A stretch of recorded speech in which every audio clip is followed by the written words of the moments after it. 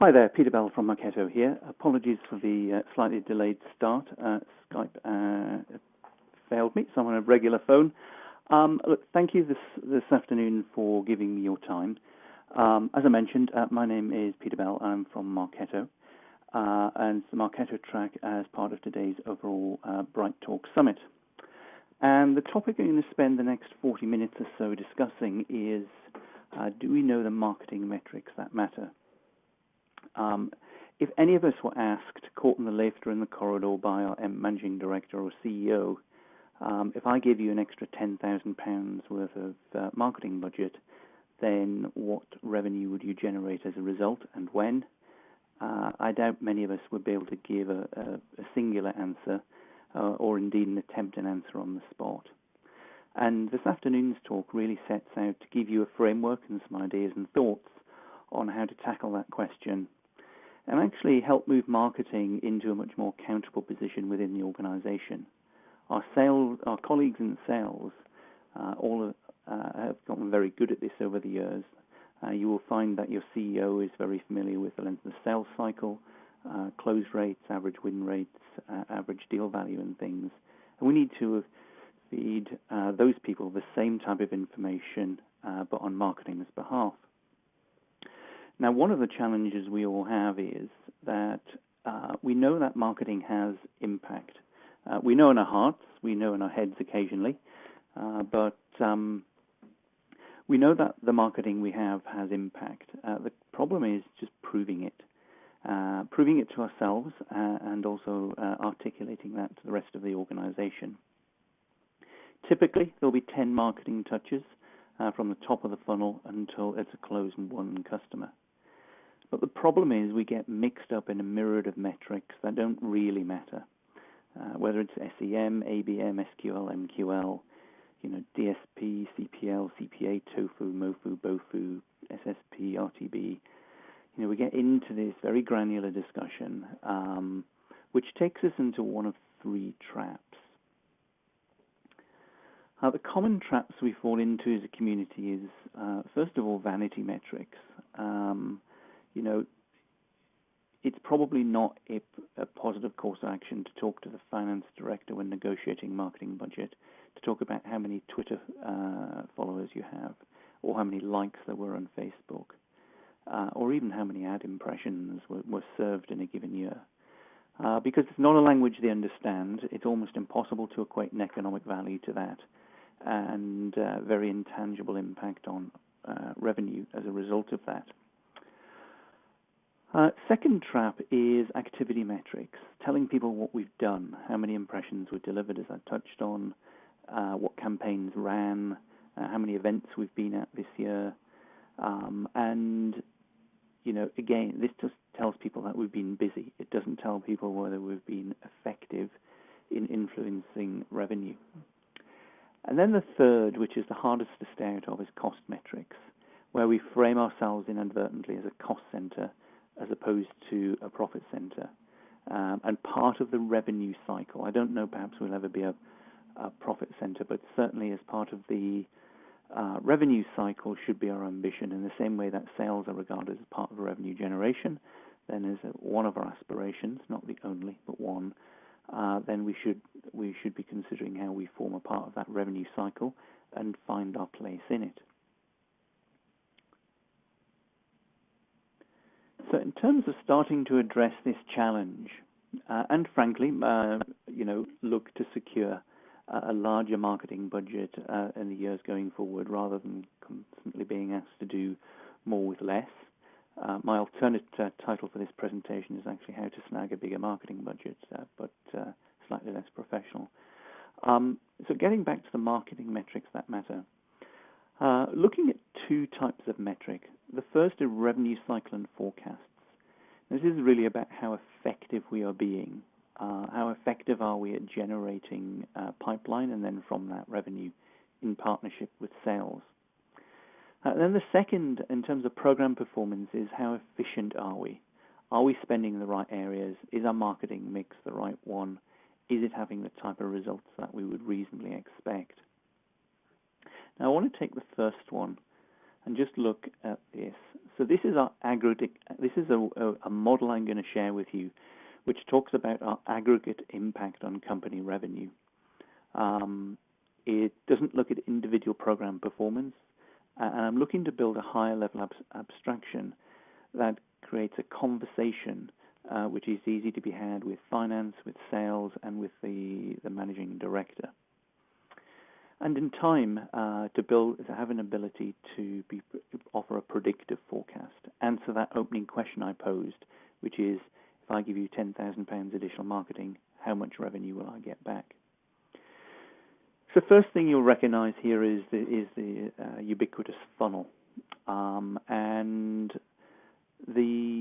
what you'll see is I've stripped away all of the usual myriad of metrics. There's no MOFU or TOFU in here. I've stripped it all back and started to build in some ratios and some plain English. Now, the first is target. Target is really the point at which a suspect becomes a prospect if you're talking to your sales teams. It's the point at which we know who you are, and we understand that we want to sell to you. We have a product, and it's in a geography where we operate. You're not a student just clocking up research time on the website, etc., and we have a means of communicating with you. This is obviously an important point, and there's a lot of work goes into getting people to this point, but this is the first point at which, frankly, the conversation becomes interesting in terms of an outcome to the rest of the organization. So start in terms of targets. Now, 15% of those will go on to, in this model anyway, go on to become a lead. That's to say their behavior is exhibited, their participation or indeed non-participation in various marketing activities, the attendance at a webinar like this, the consumption of content on the internet, perhaps an in-person event. Gradually through that nurture process, we start to see typical buying behavior. And for the purpose of this model, and you may have your own numbers, you see I've got 15% there. Now, the next point, you can see a very big drop-off. We're down at 2.4% conversion rate. Now, the reason for having a low conversion rate here is the cost of calling up on a lead where the right behavior looks to have been exhibited is very low. But the cost of not calling, the opportunity cost of not calling and missing a sale is quite high. So we want this metric to be quite loose. And the majority of these calls, typically done by a business development rep, would in fact result in the lead being recycled because they're not ready, they don't have budget, there are additional people to be brought into the decision making, etc. But there's no harm in making the call. Now, having been fairly loose on that, then we do expect the next stage where we take a sales lead and turn it into an opportunity where a sales team is going to work on it to be a high conversion ratio there. We've been loose on the first one, but you want to really tighten this. And basically, 3 out of every 4 sales leads become opportunities that the sales team take forward. And then finally in this, I'm assuming that sales will close 1 in every 3 opportunities and acquire a customer. So let's put some owners on this. As I've touched on, that last stage is really about the sales teams. And that's, in this model, it's an assumption your own company may have a different close rate. And in fact, your market might have a different close rate. But you can see here, we've largely got marketing driving much of this. But you'll see that from sales lead to opportunity, this is the transition point between sales and marketing, and frankly, where the area which is most prone to failure and contention. It's really important to have that social framework around this, that the handoffs are well understood and the qualifying, so that sales are being given things they want and we're generating things they want, and vice versa, is well understood ahead of getting into the operational detail. I am, of course, looking at this from both renewals as well as new business. And then at the far left-hand side, we've got the activities that we would recognize. We've got outbound and inbound marketing occurring, and this is, these are the activities I'll come on to discuss in terms of program efficiencies in the second part of this presentation. But for now, this completes the level of detail I'm going to put on this model. But what I want to introduce is something above it. And you'll see now that the slide is built to offer a higher level abstraction. Not a complete abstraction, because I think that would be difficult then to have an accountable conversation. But if we take, for largely on the marketing side, introducing the idea of pipe to spend. So this is how much pipeline can we generate for what we spend. And here, if you were to do the maths on these metrics, you can see we're working to a 15-to-1 model. This is not a million miles away from what we do at Marketo. Of course, it varies by geography and market. But just for the purposes of today's discussion in this model, then you can see I'm assuming with these conversion ratios a pipe to spend of 15-to-1. So we start in part to answer that managing director or CEO question of how much revenue can you generate with additional marketing money? Because here we're taking an abstraction and saying, here's how much pipeline I can generate for sales with this much marketing money. And if we assume that sales close 1 in every 3 opportunities, then if you were to do the maths, you'll see you get an overall return on investment of 5-to-1. So it'd be a 5-to-1 investment, where for every £1 of marketing, there is £5 of revenue generated. Now, I'm deliberately not going to that level, because then the accountability between sales and marketing becomes unclear, which is why I step it down in this model and this proposal for marketing to be largely accountable for pipe to spend, and then sales to be accountable for revenue to pipe. And it's very clear from a senior level boardroom discussion what the return on investment and how efficient each of the respective departments are being in their activities. So that completes the model in terms of our revenue cycle metrics, and a proposal for how marketing can better drive the conversation in the boardroom around its impact on revenue. Now, this is a model. You will have perhaps slightly different stages. You'll probably have slightly different conversion metrics. You may have none of that at the moment. My encouragement would be, when you're building a model, all models inherently at the start will be wrong. Put some stakes in the ground and then start building on it and iterating on it as you go. Now, what this looks like in Marketo is it's found in the life cycle modeler, and this allows you in Marketo to lay out these stages. Obviously, from a marketing automation perspective, you're doing a lot of this at scale, and you want the software to drive that. And what you see on here is just a quick screenshot of the life cycle modeler in Marketo, and this is where you would lay out your buyer journey, your stages, and your flow. And the activity triggers that move people between stages. This will be completely unique to your organization. And of course, you can have more than one life cycle model for your organization by geography or product division. But this is just in brief what it looks like. And here's how what I described as theory would go into practice within Marketo's product. Then you start to get these types of analytics. Now, this is out of the Success Path Analyzer in Marketo, and there's some important metrics on here.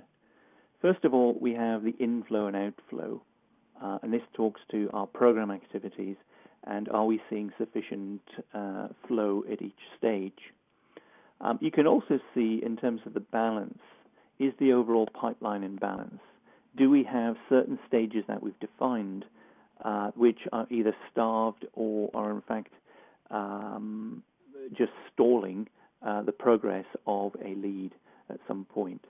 Now, the importance of this is if you can see a problem, if you're getting leads stuck at a certain stage, you can take preventative action, investigate that, look for the reasons and the root causes of things getting stuck, and then act upon it.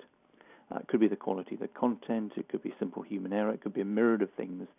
But what these 4 metrics between balance in flow and conversion rates, what they will show you is how is each stage of the pipe working as intended. And then finally, the 4th one, which I've not touched on there, is the average time. You could find that certain parts of the funnel are taking longer than others. That might be quite appropriate. or in fact there may well be a good reason to look into that and see if there are efficiencies that can be created there to move people quicker through the sales cycle. It's not just about closing sales, but wherever possible also to accelerate them. And the Success Path Analyzer in Marketo will provide you with this information, as you can see, in a visual format to empower you to go on, investigate, and keep things running smoothly. So that's how you'd apply this model in the product, but the model itself, as you see, is generic. And by the way, these slides have already been uploaded, so if you haven't already done so after this presentation, you can download these slides. So those first metrics are all about the executive boardroom. They're all about how effective are we at marketers at impacting the revenue cycle in aggregate. At an operational level, a marketing leadership or marketing departmental level, then we also need to be looking at a second set of metrics which talk to our program performance. This is the incremental revenue contribution and the return on investment on each individual marketing program. And this is very much an inside marketing discussion. It's a discussion we would have with our own leaders. I'd encourage you not to export this conversation either to finance or frankly to sales for that matter, because from my own bitter experience, they're just not that interested. This is about us. Now, I wish I had a big red ROI button for you, because when you were asked for the return on investment on any given marketing activity, it can be really tough, and I completely acknowledge that. You know, what was the ROI in that event we went to last week? What was the ROI in that mail shot? What was the ROI in that out-of-home advertising or digital advertising? It is very, very difficult to pin that down, and there's good reason for that. Because there are two ways you can look at this. First off, as we noted at the start of this presentation, we have 10 touches typically needed to convert a cold lead into a sale. And secondly, there are multiple influencers. Certainly, on average, as you can see, I'm putting up 5 to 5.1 people being involved in the buying decision. Frankly, if you're selling into large enterprises or global customers or multinationals, then this could be much, much higher. It would be in the order of maybe 20, 25 different people who are decision makers in their own rights before an approval will be made. So mapping out the influence we've had as marketing and mapping out the multiple programs we've been running across multiple stakeholders, it turns out to be very, very hard. Now, the first approach is perhaps a simple one, however it is quite flawed, which is to say, look, I'm just going to take the complexity away. I'm going to say, let's apply single-touch attribution. That's to say, typically, the first touch will be given credit for that lead becoming a sale. In my example here, I have some PPC with Google. What I'm saying is that PPC ad brought in €100,000 opportunity. The fallacy in that is very obvious the way it's laid out here, because there were multiple other marketing activities. In this case, the customer registered for a webinar such as today. Whilst after they'd registered, they downloaded content from Facebook. They actually attended another webinar which ran sooner, and then finally actually attended the original webinar, and yet we're giving all the credit over to a Google PPC ad. Now, there's obvious fallacy in that, and I'm making somewhat light of it, but I've certainly seen a good number of people just applying this approach because it's simple. And, you know, the kind of logic which goes with it is, well, you know, in the round, everything will get credit and it'll be fine. The difficulty with this is, now do you use search as the first touch deliberately here, is that search tends to over-index in the credit it gets, either on first touch or on last touch, depending on the situation. But it will always over-index on its your return on investment on search because of the role it plays. And the other marketing activities deserve their fair share, as you can see here. In terms of they carried a lot of the load in this example in converting this company to a customer. So then, what is the opportunity? What's the alternative? Well, the alternative is to apply multi-touch attribution. And with multi-touch attribution, what we basically say, we're going to take all marketing activities that touch this lead, turned it into opportunity, and turned it into a sale at the end, and give them equal credit. So in this case, we're saying, with a very similar opportunity, that each marketing touch, or 4 of them, gets equal credit for the revenue generated. Now, we could get into a much bigger discussion here, particularly if this were a two-way dialogue, about, is that right? Surely, it would be better to weight this because not all of these are equal. And the challenge here is we all bring our own experience and prejudices, dare I say, to the discussion. Some people will passionately believe that events are the most effective way to generate business, and they're the best. Other people will be passionate about search, and so on and so forth. And the challenge is that discussion's almost irreconcilable, and it somewhat ends up recreating the first scenario by over-indexing on a particular marketing activity because of preference, or it got there first. So what we say is, look, we'll just take all marketing activities, we'll give them equal credit because they all played a part in converting this sale.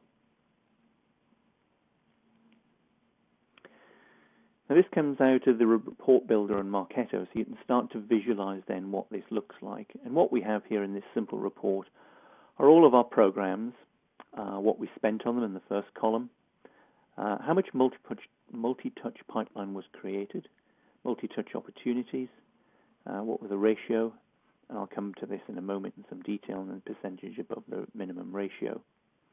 So we can see here we've got a fair mix of inbound and outbound marketing. We're spending quite a bit on trade shows, sponsored emails, PPC. So first thing to look at is inbound and nurtures 58% of multi-touch pipeline, and paid programs are 42% of that multi-touch pipeline. This is a pretty healthy mix, and it'll be unique to your business. However, I'd draw one observation here. There's been a lot of attention paid to the efficiencies of inbound marketing, often or sometimes presented as, the replacement for outbound marketing.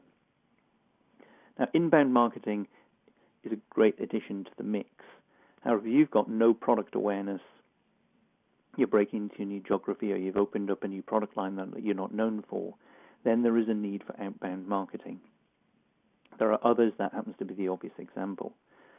And kind of my retort, slightly pithy one, but my retort to those sort of evangelists for a solely inbound marketing world is, if that's genuinely true, then when we all go home tonight, there'll be no advertising on TV, because that's essentially what you're saying, that outbound is done and it has no value.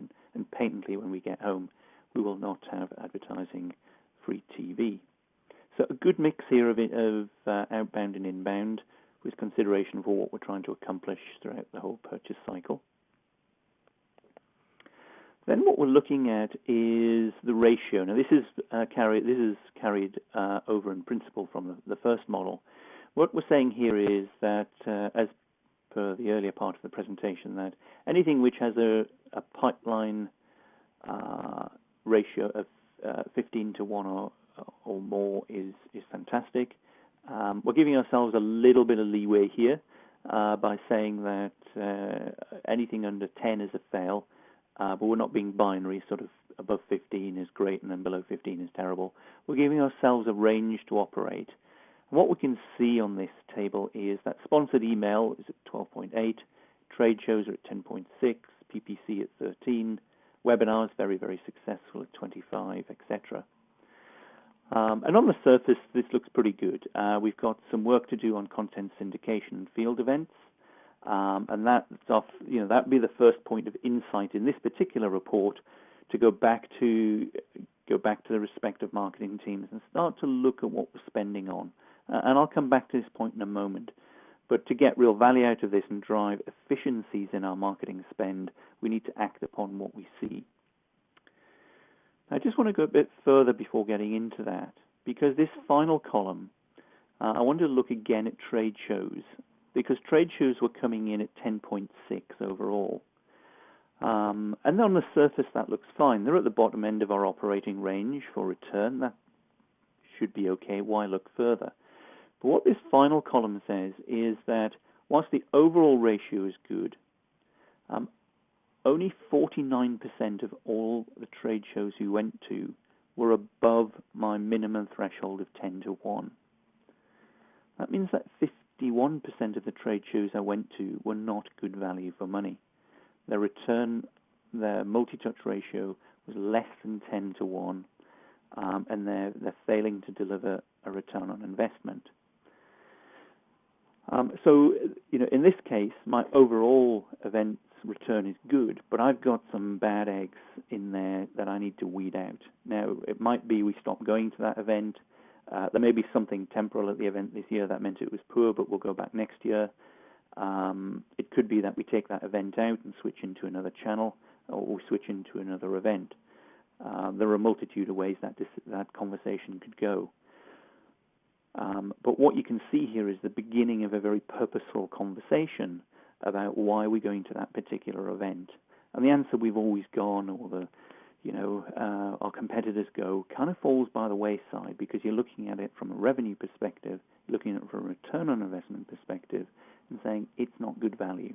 There are more efficient ways and places we could spend our money.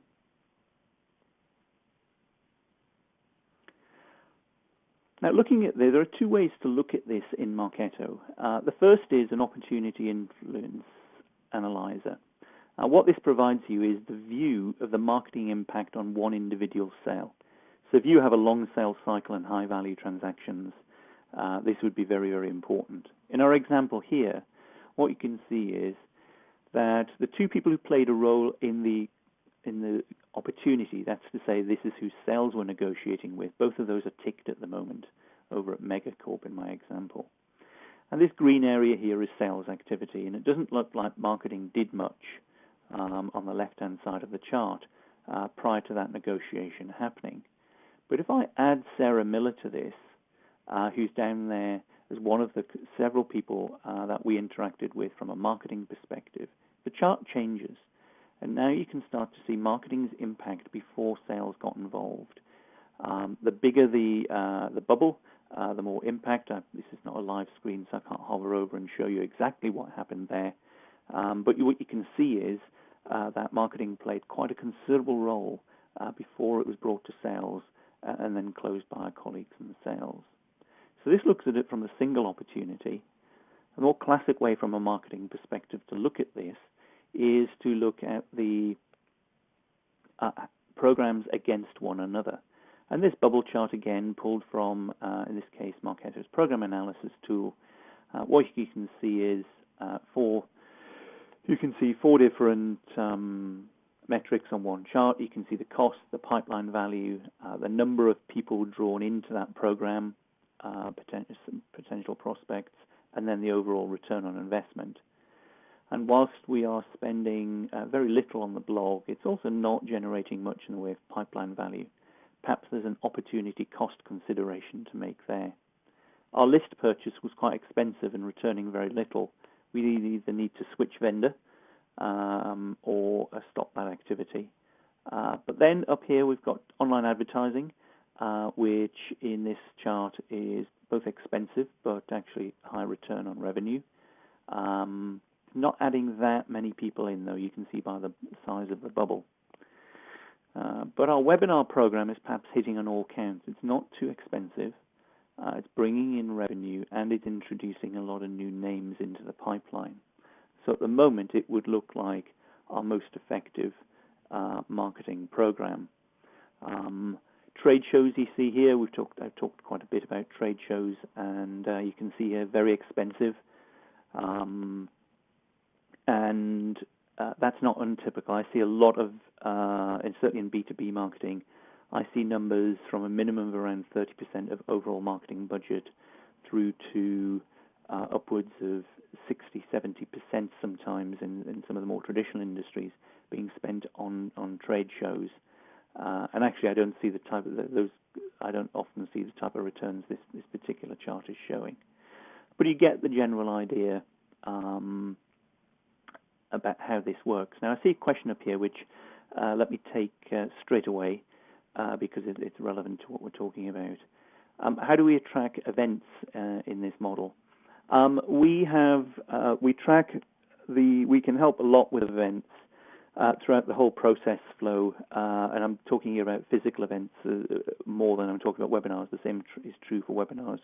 But using using Marketo to organize the invitations, then on-site registration, and then the follow-up activity from cradle to grave, so to speak, then you're integrating your event activity with all your other channels. So once you're at the event, immediately Marketo is updated, and that forms part of your nurture activity.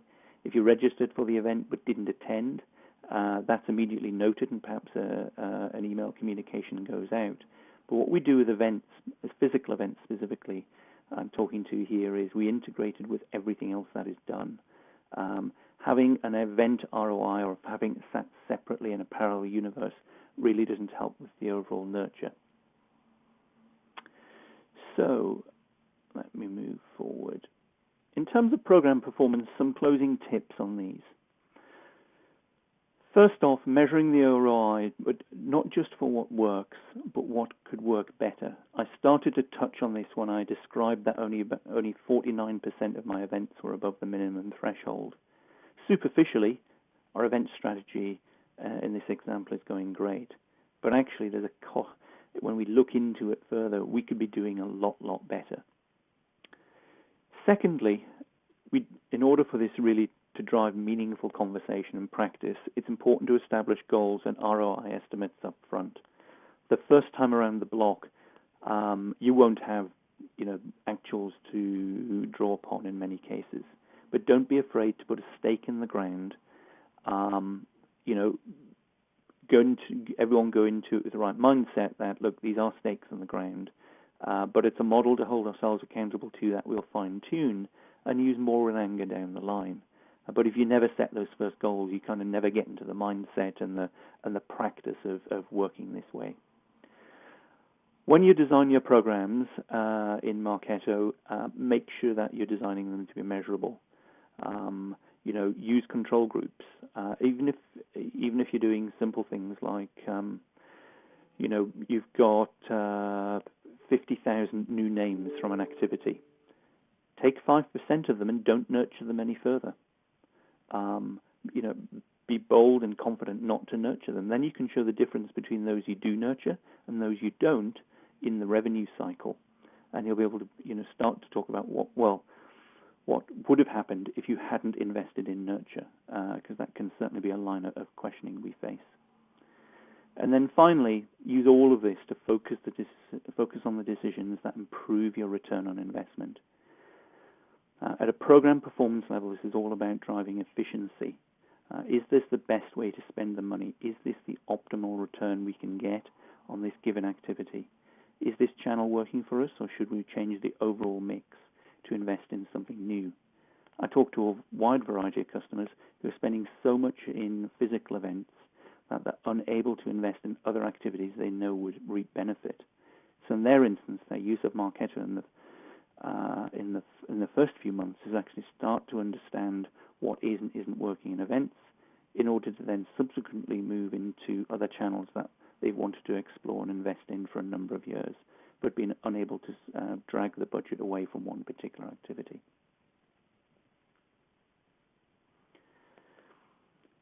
And just in closing, I'll bring this back to the first set of metrics, because whilst program efficiencies are something we all must practice, and it's really important to practice what we preach, our conversation outside of marketing is one at a time of revenue pressures, globalization, ever more being, everything having to be proven in a more data-driven world.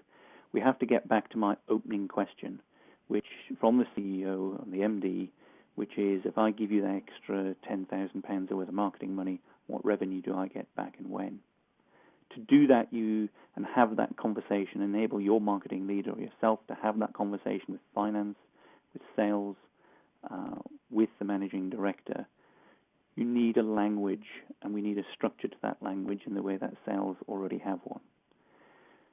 I hope that this model is useful to you. There are other ways to approach it, but this notion of pipe to spend is actually right at the very heart of the way we run Marketo.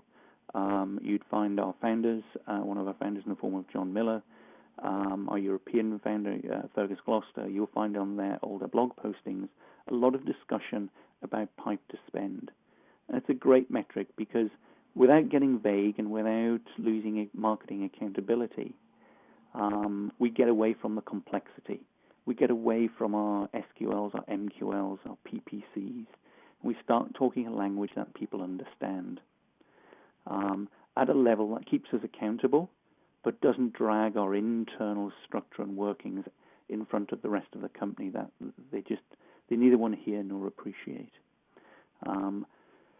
It's a model, it's a beginning. I hope you found this useful, along with the program efficiencies.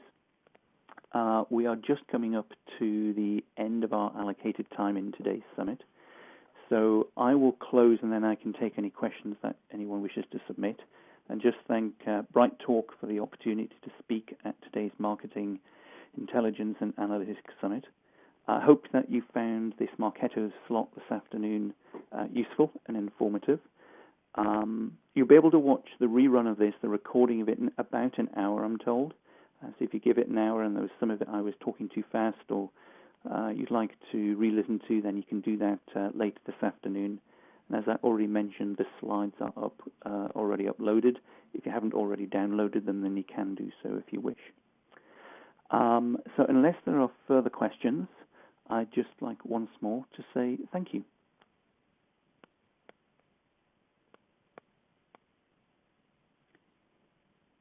Okay, I can't see any questions coming in. So what I'm going to do is close this, and I hope you enjoy the rest of the sessions today. Thanks very much. Bye-bye.